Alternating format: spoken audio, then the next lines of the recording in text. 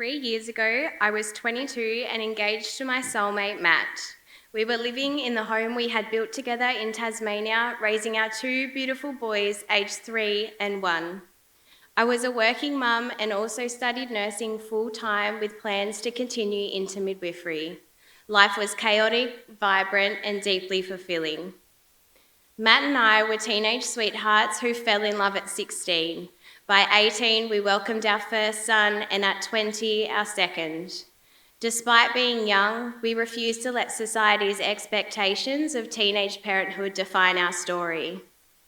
From the moment we held our boys in our arms, we were filled with a love so profound it reaffirmed what we already knew, that we were going to give them the life they deserved.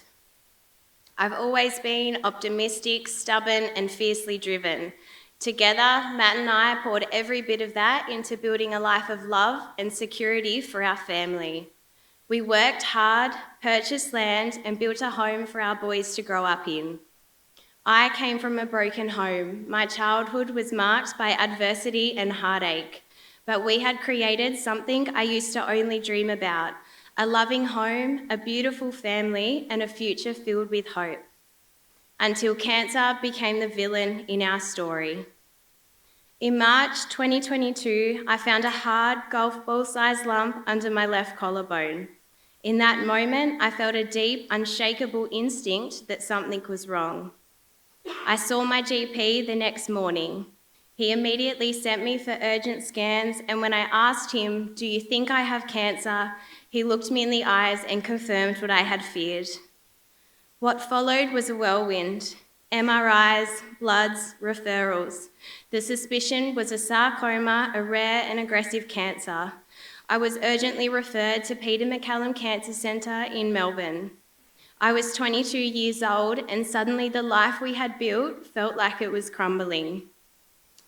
And then in the midst of this storm came the Sony Foundation. I needed to travel to Melbourne for a biopsy and PET scan. A social worker told us about the support the Sony Foundation offer, and just like that, there was a safe place for us to stay at Quest Newquay. They provided accommodation not just once, but again and again at short notice and at no cost to us. 7 long weeks after discovering the lump, I was officially diagnosed with Ewing sarcoma, a rare and aggressive cancer that attacks bone and soft tissue. Then came more devastating news. I had to relocate to Melbourne for a year to undergo treatment. I distinctly remember tears rolling down the surgeon's face as she said those words. She knew our story, knew we had 2 little boys at home, and knew the heartache I had in store for me.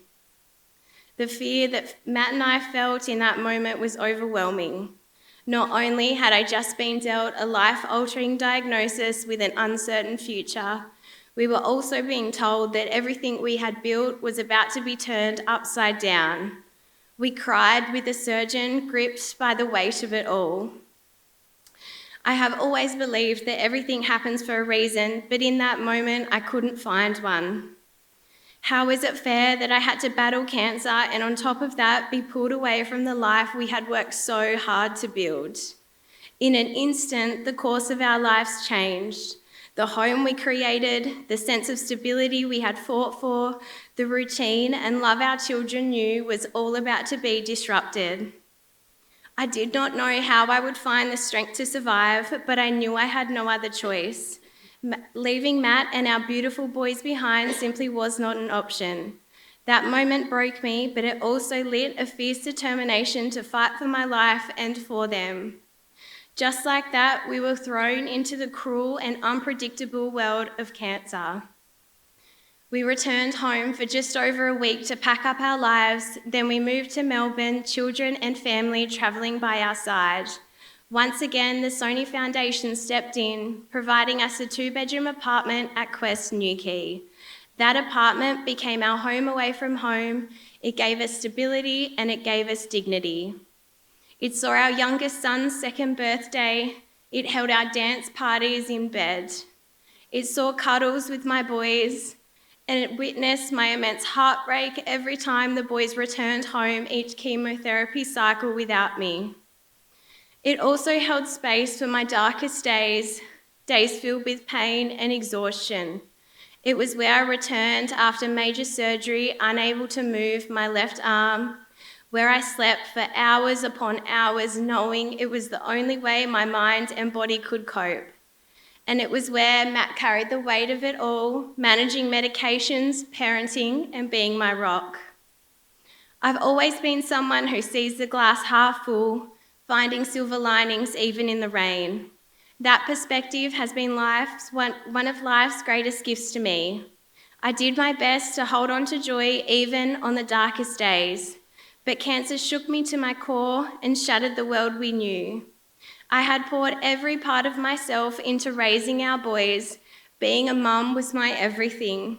So when they weren't by my side, when I was stuck in a hospital room, my heart wasn't whole without them. It was unbearable at times, and yet I had to fight with everything I had for Matt and for our boys. I stopped trying to look too far ahead and instead focused on surviving each day as it came. I held tightly onto a quiet, determined hope, and I reminded myself over and over again, it always feels impossible until it's done.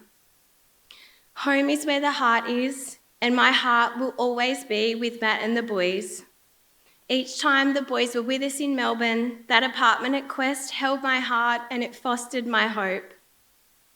Without the Sony Foundation, I truly don't know how we would have coped. We had worked so hard to build a safe, loving home for our boys, a place filled with warmth and stability. Their bedrooms were their sanctuaries, lovingly styled just for them, and they had a playroom where their imaginations could run wild. The thought of losing our home under the weight of financial stress was terrifying. But the Sony Foundation lifted that burden. Without their support, we could have not only lost our home, but the life we had worked so hard to build. Their support meant so much to us and our family. In March 2023, I went into remission and we returned home to Tasmania. And still, the Sony Foundation continues to stand by us, providing accommodation every 3 to 6 months when I need to return to Melbourne for scans and appointments. Hope for me has always been stronger than fear. A cancer diagnosis strips life back to its most fragile core, but it also teaches you to hold tight to the things that matter most. Today, we're raising our sons in our home in Tasmania, and in September, we will welcome our miracle baby girl into our family.